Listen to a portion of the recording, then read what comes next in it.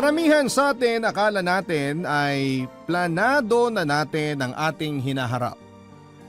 Pero ang totoo ay hindi natin hawak ang kinabukasan at ang inaasahan nating mangyayari ay iba pala sa ating inaasam. Ikaw kabarangay, nasubukan mo na bang ma-fall sa taong hindi mo inaakalang iibigin mo ng tunay?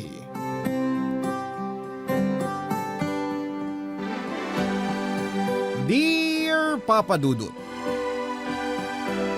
Mayet po ang pangalan ko. Dati akong tindera sa palengke na ngayon ay may maayos-ayos ng buhay. Sa 33 years kong nabubuhay sa mundong ito ay never kong inakala na darating ang araw na sa Amerika ako titira. Dati-rati ay sa TV ko lang napapanood kung ano ang itsura ng lugar na yon, pero ngayon ay tinatamasa ko na ang tinatawag na American life.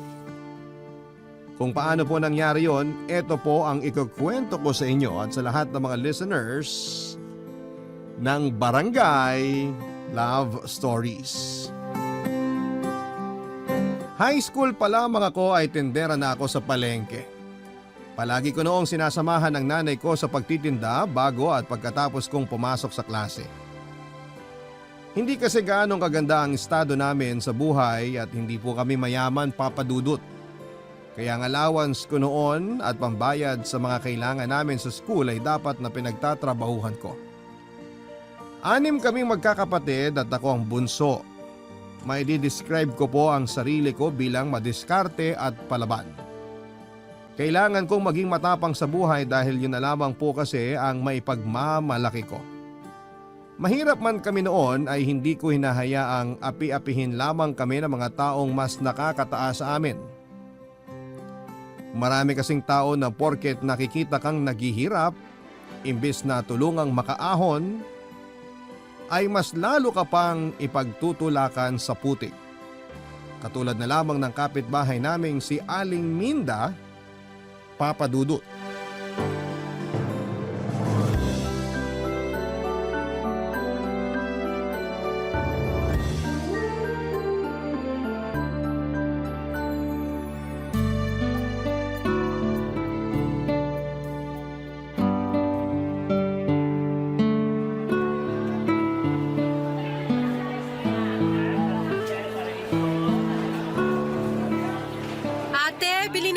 Bangus oh! Fresh na fresh, mura lang! Aling Minda! Naghahanap pa kayo ng isda? Sa amin na kayo bumili, bagong huli lang to mga to! Sigurado ka bang fresh yan? Baka tinda nyo pa yan kahapon ha? Hindi po, fresh to mga to. Tingnan nyo, kahit amuyin nyo pa. Ay ayoko, masyadong malansa yan. Lahat po ng tinda naming isda fresh po. Check nyo po yung hasang, mamula-mula pa. Makinang pa yung mata oh. Diyan mo malalaman kung fresh yung isda. Magkano ba ang 1 kilo niyan? Para po sa inyo 100 na lang. Presyong kapitbahay. Mahal naman? Grabe ang presyo ha. Mukha namang sobrang daming tinik niyang bangus ninyo. Lahat naman po ng isda may tinik eh. Kayo talaga. 50. Ay discounted na po yung 100 eh. Lugi naman po kami kapag 50 ko lang ibibigay to. Sus! Sa kabila nga, wala pang 100 yan eh. Pare-pareho po kami ng presyo rito. Kahit itanong nyo pa dyan sa nasa likod nyo. May bangus din sila. Mas mahal nga 1 kilo nila eh. Ay wag na, bibili na lang ako ng baboy. Galunggong po, ayaw nyo? O ka ba kung kumakain ng galunggong, Mayet? Anong akala mo sa akin? Masarap naman po ang galunggong ah. Kung ayaw nyo, kunin nyo na tong bangus. Sige, 90 na lang. Ay wag na, masyadong malansay ang isda ninyo. Ang barat nyo naman po. May pambili nga kayo ng mamahaling kape. Ang sabi mo? Wala po. Sige po, bili na lang kayo ng baboy. Mas healthy. Ganyan ka ba makipag-usap sa mga customer ninyo? Lo, joke lang naman yun, Aling Minda. Masyado kayong seryoso sa buhay. Ganyan, diyan kayo magaling. Pareho kayo ng ina mong si Elena. Hindi kayo marunong magseryoso sa buhay. Kaya anong napala ninyo? Mahirap pa rin kayo hanggang ngayon. Bakit naman po nadamay nanay ko rito? Oy, kanino ka pa ba magmamana kung hindi sa nanay mo, di ba? Mawalang galang na po, Aling Minda ha. Pero kung wala rin lang naman po kayo magandang sasabihin at hindi rin naman pala kayo bibili ng paninda namin, umalis na lang kayo.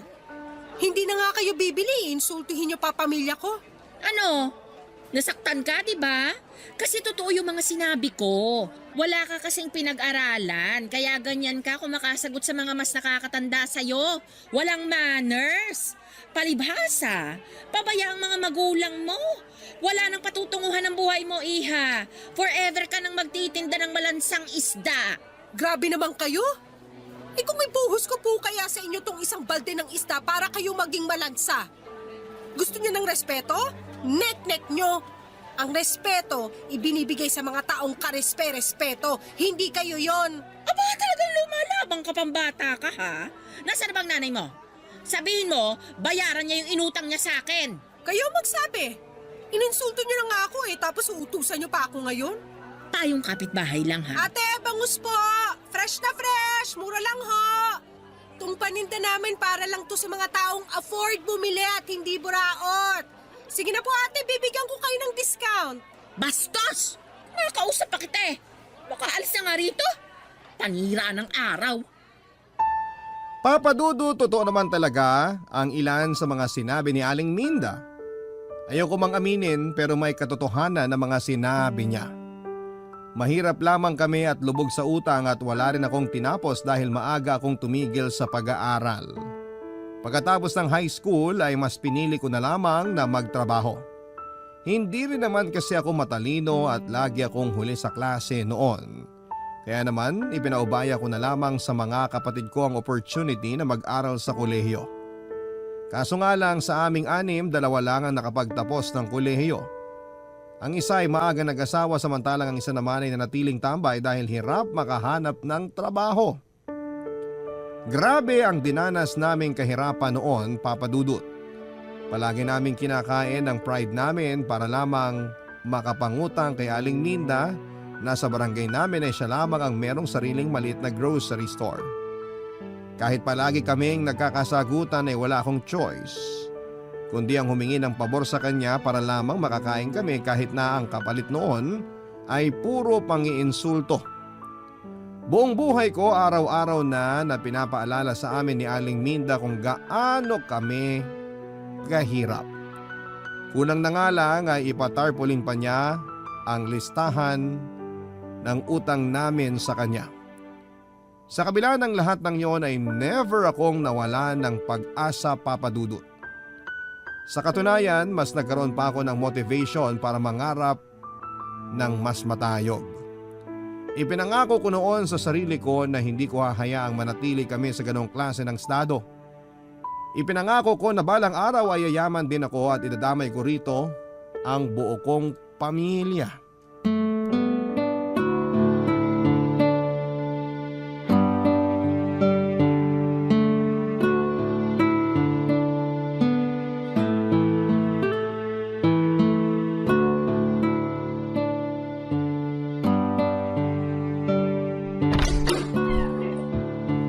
Oh, anak, kain na.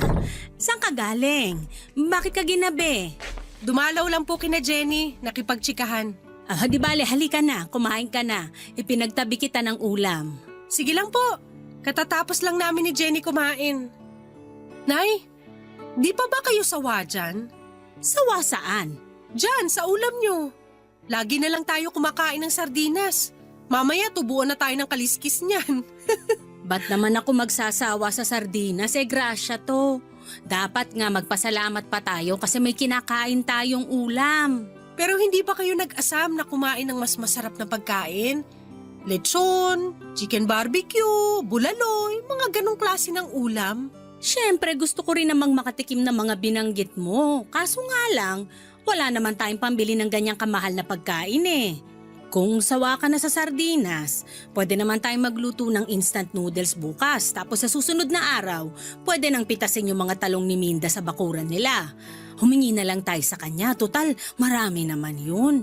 Minda na naman, lagi nga tayong pinapahiya ng babaeng yun.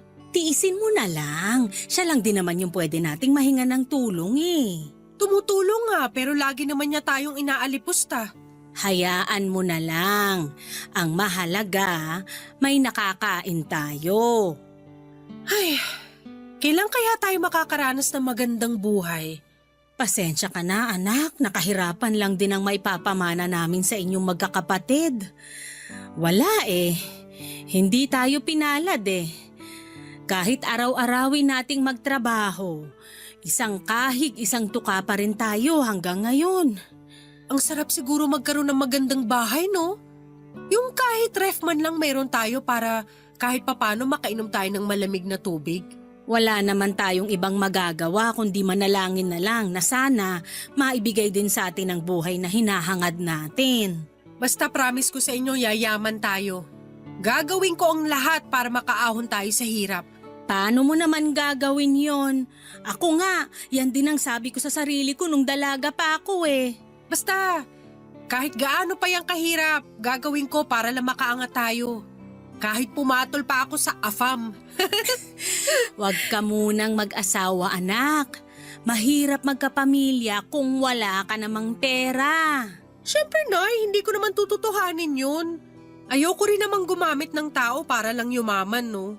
Lalaban tayo ng patas para hindi tayo makarma. Tama yan. Basta patutunayan ko sa Aling Minda na yan na mali yung sinasabi niyang walang patutunguhan ng buhay ko. Balang araw, ipapamukha ko sa kanya ang mararating ko. Kapag ako talaga yumaman, magpapatayo ako ng malaking bahay sa harap nila para araw-araw niyang maaalala kung paano niya tayo maltratuhin. Paano ibibigay sa'yo ng Diyos ang kahilingan mo kung ganyan ang nasa utak mo? Mayet, mangarap ka para sa sarili mo, hindi yung nangangarap ka lang para makabawi sa mga tao. Nakakainis kasi yung kapitbahay nating yun. Lagi na lang ipinapamukha sa atin kung gaano tayo kahirap. Eh, totoo naman kasi eh. Nay naman! Saka na lang tayo magmalaki kapag meron na tayong may pagmamalaki. Sa ngayon, magtiis muna tayo dito sa sardinas. Papadudot biro lang naman ang sinabi ko kay nanay na kakapit ako sa AFAM o foreigner para lamang yumaman. Isa pa ay malabong mangyari yon dahil moreno ang tipo ko sa mga lalaki. Kailanman ay hindi ako nangarap na makapag-asawa ng Amerikano dahil gusto ko pa rin magkaroon ng asawang Pinoy. Yun nga lang, kahit 30 anyos na ako noon, ay wala pa rin akong planong magkapamilya. Alam ko kasi kung gaano kahirap ang bumuo ng pamilya dahil nakita ko na ito sa mga kapatid ko na hanggang noon ay hikahos pa rin dahil maagang nagsipag-asawa tapos anak pa ng anak. Ito ang dahilan kung bakit ako hiniwalayan ng dati kong boyfriend. Gusto na niya noong magpakasal at magkaroon ng anak pero hindi ako pumayag. Hindi pa ako ready noon, Papadudot, dahil hindi ko pa nakakamit ang pangarap kong yumaman. Hindi naman ako mapapakain ng pagmamahalang. Kaya ang ending ay naghiwalay kaming dalawa. Papadudot, noon ko lang napatunayan na kahit planuhin pa natin ang future natin, kung hindi ito para sa atin ay hindi natin ito makukuha. Dumating ang araw na lahat ng mga sinabi ko sa sarili ko ay kinain ko din pala. Isang AFAM ang biglang dumating sa buhay ko. Barangay Love Stories. Barangay Love Stories. 3 years ago ay nagbakasyon sa lugar namin ang kababata at kaibigan kong si Rick, Papadudut. Nakatira na siya ngayon sa California at isa ng American citizen kasama ang buo nitong pamilya. Dati kong classmate sa high school si Rick, Papadudut, at isa siya sa mga naging manliligaw ko. Kaso nga lang ay hindi ko siya nagustuhan dahil hindi tugma ang personality naming dalawa. Sa kabila nito ay naging matalik na magkaibigan pa rin naman kaming dalawa at pagkatapos naming makagraduate ay nag-migrate na sila sa California at doon na nagstay for good.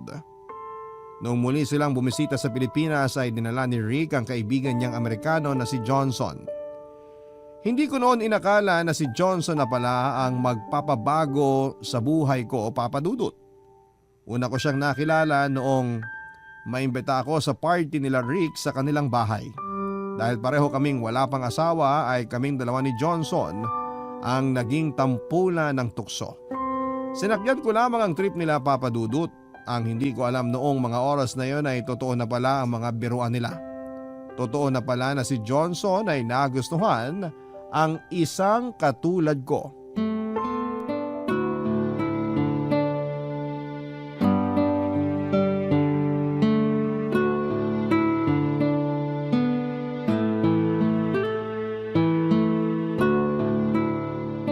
Mayet, uwi ka na?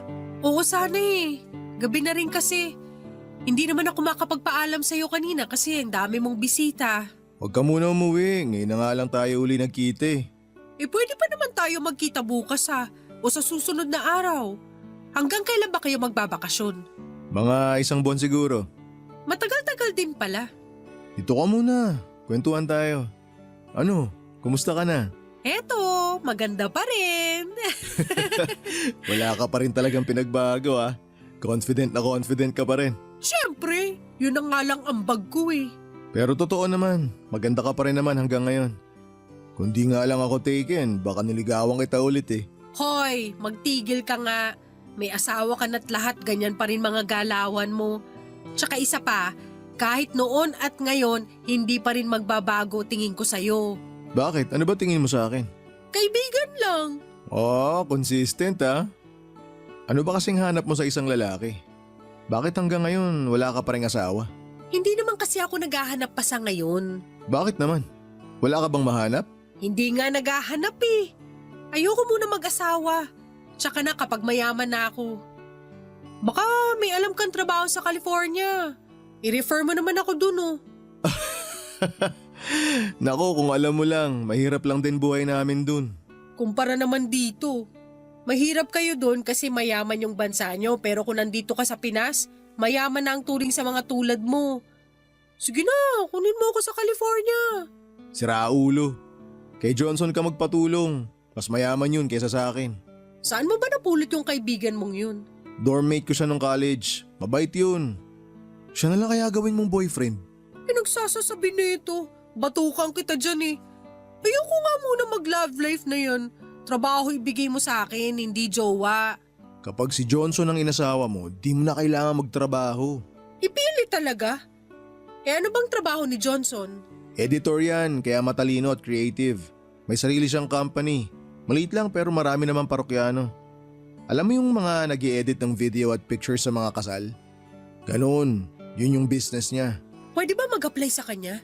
Mag-apply ka na lang bilang girlfriend. Sure ako tatanggapin ka niya. Isa pa talaga ha.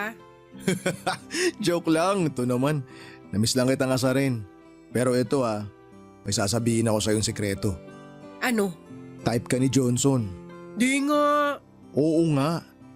Tingnan mo mamaya magme-message sa'yo yan sa Facebook. Ano ba yan? Bakit? Di mo ba siya type? Ayoko sa foreigner. Gusto ko purong Pinoy pa rin. Siyempre, makabayan tayo. Try mo lang. Mabait na tao yan si Johnson. Only child yan kaya pinalaki na maayos ng mga magulang niya. Ewan ko sa'yo, Rick. Sige na, uuwi na ako. Bukas na lang tayo magkita. May lakad kami bukas, ipapasyal namin si Johnson. Sama ka? Sige, basta libre mo. Oh sure, walang problema. Ako bahala. Mas matanda ng 7 years si Johnson kesa sa akin, Papa Dudut. Matangkad siya, medyo malaki ang katawan at halatang may kaya dahil hindi sanay sa hirap ng buhay sa Pilipinas. Sa kabila nito ay totoo ngang mabait siya, pusong mamun siya pagdating sa mga hayop at mga matatanda. Hindi rin siya madamot kahit na halos buong barangay na namin ang nagpapalibre sa kanya. Open siya na kilalanin ang kultura ng Pilipinas at yun naman talaga ang nakakabilib sa kanya.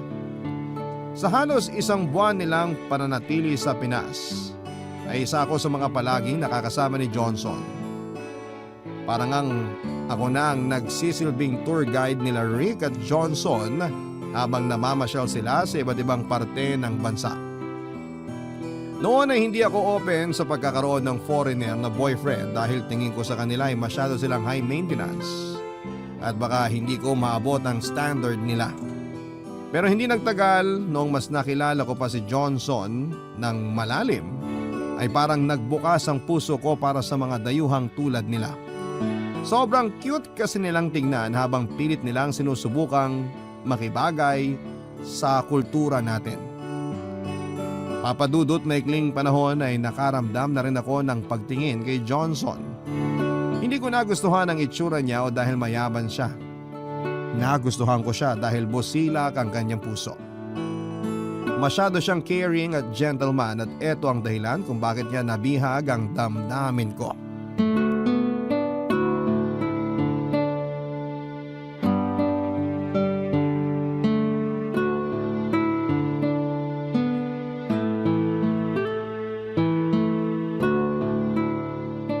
Nay, may tanong ako sa'yo. Ano yon?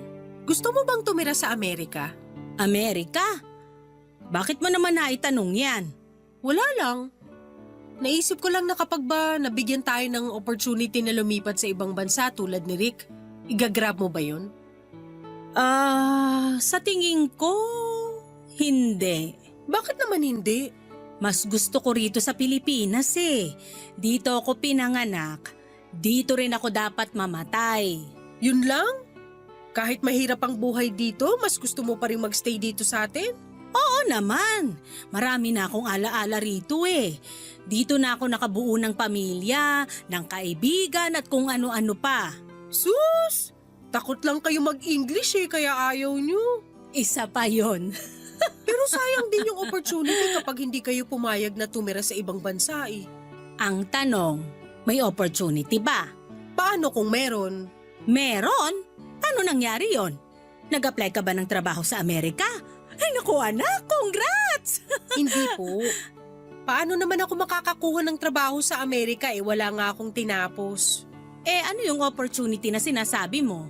Si Johnson kasi, yung kaibigan ni Rick, naniligaw sa akin. Talaga? Ay naks naman anak, may nagkagusto rin sa'yo sa wakas!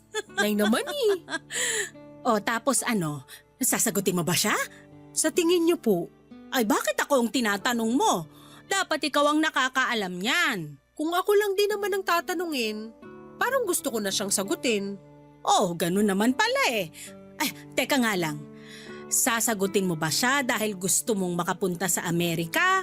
O sasagutin mo siya kasi mahal mo siya? Magkaibang bagay yon, anak. Yun na nga po ang problema eh. Medyo naguguluhan pa yung feelings ko. Alam mo kung ano ang dapat na gawin mo? Ano po? Huwag mong madaliin yang puso mo. Kung hindi ka pa sure, huwag ka munang magdesisyon. Kung ang rason mo lang para makaalis ka sa bansang to, wag. Maniwala ka sa akin, hindi ka magiging masaya kapag ganun ang nangyari. May gusto na rin naman ako kay Johnson eh. Pero yun nga, hindi ka pa sigurado sa nararamdaman mo. Ano pong gagawin ko ngayon? Kung sa tingin mo gusto mo talaga si Johnson, di kilalanin mo siya ng mas mabuti. Kapag nagawa mo yon, saka ka magdesisyon para wala kang pagsisisihan sa huli. Sige po, Nay. Susundin ko po yung mga sinabi niyo. Pagkabalik nila Johnson sa Amerika ay nagpatuloy pa rin ang communication naming dalawa sa pamamagitan ng social media. Tumagal ang pagkakaibigan namin hanggang sa tuluyan na nga pong nahulog ang loob ko sa kanya, Papa Dudut. Alam kong totoo na ang nararamdaman ko noon dahil marinig ko pa lamang ang pangalan ni Johnson ay napapangiti na ako. Para bang siyang nagbigay kulay sa buhay ko. Siya ang araw-araw na nagbibigay ng inspirasyon sa akin. Kaya naman makalipas ang mahabang panahon ay sinagot ko rin ang panliligaw niya. Simula noong maging kami ni Johnson ay ipinakita niya ang pagmamahal niya sa akin sa pamamagitan ng pagbibigay ng mga regalo. Halos buwan-buwan kung magpadala siya noon. Mapabulaklak man yan, mga damit, alahas. Hindi nito nakakaligtaang pasayahin ako sa araw-araw sa pamamagitan ng pagbibigay ng mga material na bagay. After a year, simula nung sagutin ko siya ay muling nagbakasyon si Johnson sa Pilipinas para i-celebrate namin ang anniversary naming dalawa. Nagulat na lamang ako noong bigla siyang nag-propose sa akin. Tinanggap ko ang alok niyang pagpapakasal, Papa Dudut. Akala ko noon ay sasaya na ang buhay ko sa bagong love life na natanggap ko. Yun pala ay doon na magsisimula ang bagong problema matapos akong pagchismisan ng mga tao na di umano ay kumapit daw ako sa AFAM para lamang makaahon sa hirap. Barangay Love Stories. Barangay Love Stories. Papadudot mula sa social media hanggang sa personal ay nakakatanggap ako noon ng panlalait. Isang Facebook page kasi ang nagpost ng wedding pictures namin noon ni Johnson nang walang paalam. Doon na po ako nakatanggap ng iba't ibang klase ng panlalait mula sa mga taong hindi ko naman kilala. May mga nagsasabing ginagamit ko lang daw si Johnson para makaalis mula sa kahirapan at kung ano-ano pa. Marami rin ang pinagtatawanan ng itsura ni Johnson dahil imposible raw na magkagusto ako sa tulad niya na bukod sa malaki na nga ang katawan ay hindi rin kagwapuhan. Pera lang daw ang habol ko sa kanya. Siyempre ay nasaktan ako sa mga pambabash sa amin. Mabuti na lang at hindi ito sineryoso ni Johnson kaya kahit papaano ay nakakuha ako sa kanya ng lakas ng loob para huwag na ring pansinin ang mga hindi magagandang comments sa amin. Ganun pa man ay hindi ko na natiis noon ang pangmamaliit sa amin ng ibang tao lalo na ang mga kakilala ko pa man din. Nangunguna na doon ang kapitbahay naming si Aling Minda. Hindi na ako nakapagtimpi noong pati ang nanay ko ay dinamay na niya sa paninira niya sa amin.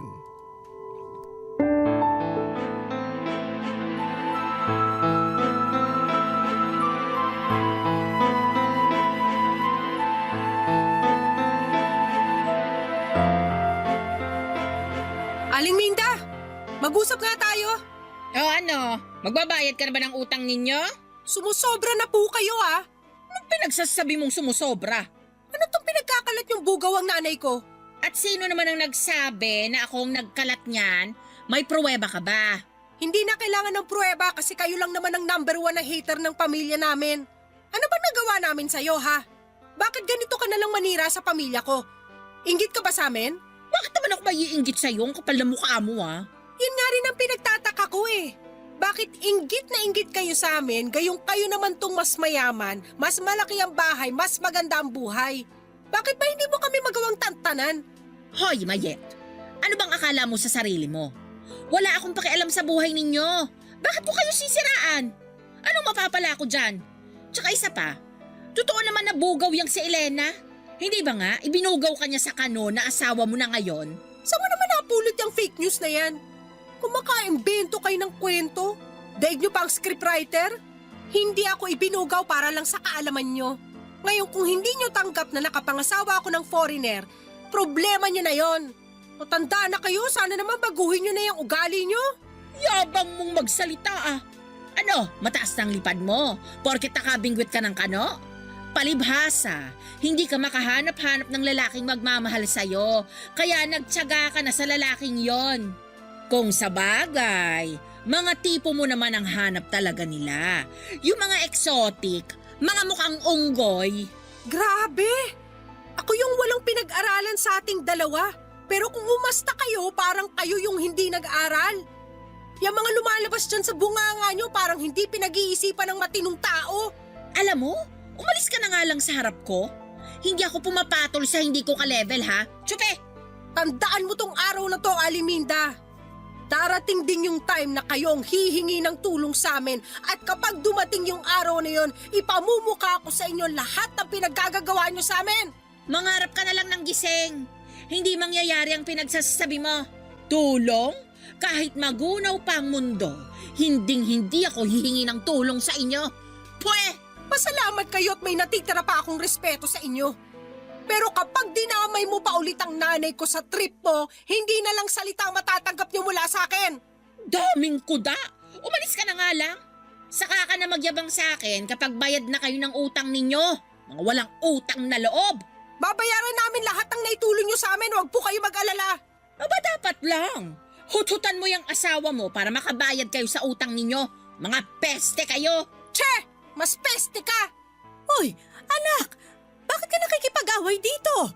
Yan kasing magaling nating kapitbahay kung ano-anong pinagsasasabi. Hoy Elena, pagsabihan mo yung anak mo ha, walang modo. At ako pa talaga... Maya, tama na. Halika na, umuwi na lang muna tayo sa bahay. Nakakainis! Sarap pa nabunot ng tao! Hayaan mo na lang siya. Halika na.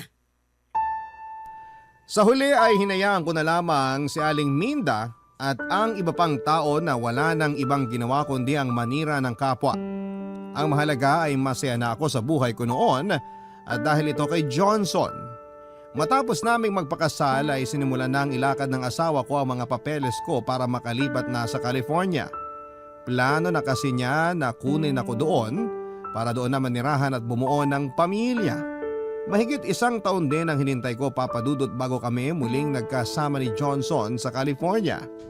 Tandang-tanda ko pa ang kabang nararamdaman ko noong ma-interview ako para lamang makakuha ng visa. Doon ko lang napagtanto na sobrang hirap din pala ang lumabas mula sa bansa. Sa kabila ng lahat ng sakripisyo namin ay tuluyan na akong nakaalis ng Pilipinas at tumira sa ibang bansa kasama si Johnson. Sobrang excitement ko noon na magkaroon ng bagong buhay. Yun nga lang, akala ko noon ay tatanggapin ako ng buong buo sa bansang nilipatan ko. Pero doon ako nagkamali, Papa Dudut. Hindi hospitable ang mga kapwa ko Pinoy sa California. Sa katunayan, sila pa ang nangunguna noon sa pangmamata sa akin. Siguro'y nasa dugo na talaga ng mga Pinoy ang maghilahan paibaba. Nakakalungkot lang. Dahil kung sino pa ang kababayan natin na dapat ay kakampi natin, ay sila pa ang tatayong kontrabida sa buhay na gusto nating maasam.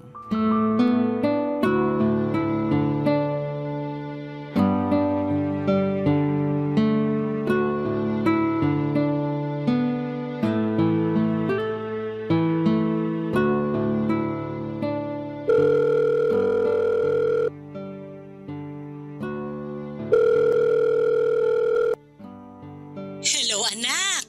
Hello, Nay! Pasensya na, ngayon lang ako nakatawag sa inyo. Naging busy kami ni Johnson sa pag-aayos ng gamit sa bahay eh. Okay lang. Ano, kamusta kayo dyan? Eto, sobrang lamig dito sa Amerika. Grabe, para kami nakatira sa loob ng freezer. Kung dyan sa Pinas, aircon ang kailangan, dito naman heater ang ginagamit. Nakakita ka na ba ng snow? Oo, Nay! Ang ganda kaya ng buhay dito. Kaya dapat maghanda-handa ka na, Nay, ha? Kasi ikaw naman ang susunod na kukunin ni Johnson. Ay nako, kahit wag na. Di ba sabi ko naman sa'yo na kahit mahirap ang buhay dito sa Pilipinas, mas pipiliin ko pa rin tumira rito? Gusto ko lang naman maranasan nyo rin ang nararanasan ko ngayon. Masaya ako rito. Basta ang mahalaga, mabuti ang kalagayan mo dyan. Maayos naman po ako rito. May ilang tao lang na hindi gaano maganda ang pakikitungo sa akin pero sanay na ako dun. Anong hindi maganda ang trato? Alam mo na, yung ibang mga Pilipino na nakakaangat, hindi pa masyadong maganda ang tingin sa akin. Feeling kasi nila mas mataas sila kaysa sa akin. Hayaan mo na lang sila. Ang importante, masaya kayong mag-asawa sa bagong buhay nyo. Siyempre naman, Nay. Lagi kong tinatandaan yung favorite line nyo na hayaan na lang sila. Kapag bad trip ako, yan ang lagi kong sinasabi sa sarili ko. Mabuti naman. Mas mabuti na yung umiiwas ka sa gulo lalo na't hindi mo pagamay ang kalakaran dyan. Ang hirap nga po mag-adjust eh. Ibang-iba ang buhay dito kumpara dyan sa Pinas. Kailangan dapat mabilis ang mga galaw. Bawal ang papetiks-petiks lang. Kamusta naman ang mga biyenan mo dyan? Maayos ba naman ang pakikitungo nila sa'yo? Oo naman po. Sobrang bait ng pamilya ni Johnson. Tinanggap nila ako bilang parte ng pamilya nila. Pero alam nyo, Nay, kahit ilang buwan pa lang ako rito, nakakamiss din pala dyan, no? Bakit? Ano bang namimiss mo rito? Noon nga atat na atat kang makapunta sa California eh. Nakakamiss yung kape sa umaga at mainit na pandesal. Miss ko rin yung mga marites na tambay sa kalsada tuwing hapon. Siyempre, miss na miss ko na rin kayo. Nakaka-homesick din pala pag malayo sa pamilya. Masasanay ka rin dyan. Opo, sinasanay ko na ang sarili ko. Naghahanap na nga ako ng trabaho kaso ayaw ni Johnson eh. Gusto ko sana na kahit nasa malayo ako makatulong ako sa inyo. Anak, wag mo na kaming alalahanin dito. May sarili ka ng pamilya. Yan muna ang priority mo. Bilang may bahay, trabaho mong alagaan ang pamilya mo. Ganon din ako. Trabaho kong alagaan ang pamilya ko rito sa Pilipinas. Kaya wag mo na kaming masyadong isipin. Mag-enjoy ka lang dyan. Basta, Kapag nakapag-adjust po ako rito, papadala ako ng pera sa inyo. Tapos magpapadala rin ako ng balikbayan box na puno ng chocolate. Basta wag ka lang makakalimot magdasal, ha? Lahat ng problemang haharapin mo dyan, makakayanan mo sa tulong ng Panginoon. Opo, Nay. Masaya ako, anak, na sa wakas, giginhawa na rin ang buhay mo. Nangako naman po ako sa inyo, di ba? Nayayaman din ako balang araw. Yayaman din tayo. At ito na nga po yun. Papadudot ilang taon ang lumipas ay unti-unti rin akong nasanay sa buhay sa Amerika.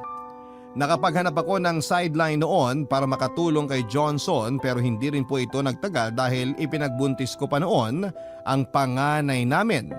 After maganak ay naging stay at home mom na lamang po ako habang ang asawa ko naman ang naghahanap buhay para sa pamilya namin. Ang panganay namin ay nasundan pa ng 2 at sa kasalukuyan ay dinadala ko naman ang pang-4 naming anak. Masaya ako na agad na ibinigay sa amin ng Diyos ang buhay na matagal ko nang ipinagdarasal. Unti-unti ay natulungan ko si nanay sa Pilipinas na makaahon. Ipinaayos ko ang bahay namin at ngayon ay mas malaki na ito kaysa sa bahay nila Aling Minda. Nakapagbigay din ako ng puhunan sa mga kapatid ko para makapagsimula ulit sila sa buhay. Ang balita ko ay patuloy pa rin sa dati niyang gawi si Aling Minda pero wala na kaming pakialam sa kanya. Bayad na kami sa mga utang namin kaya kahit anuman ang sabihin at ipagkalat niya ay hindi na kami naaapektuhan. Papadudot this year ay nakatakda ng lumipad si nanay papunta ng California. Matagal-tagal din bago namin siya napapayag na sumakay ng eroplano.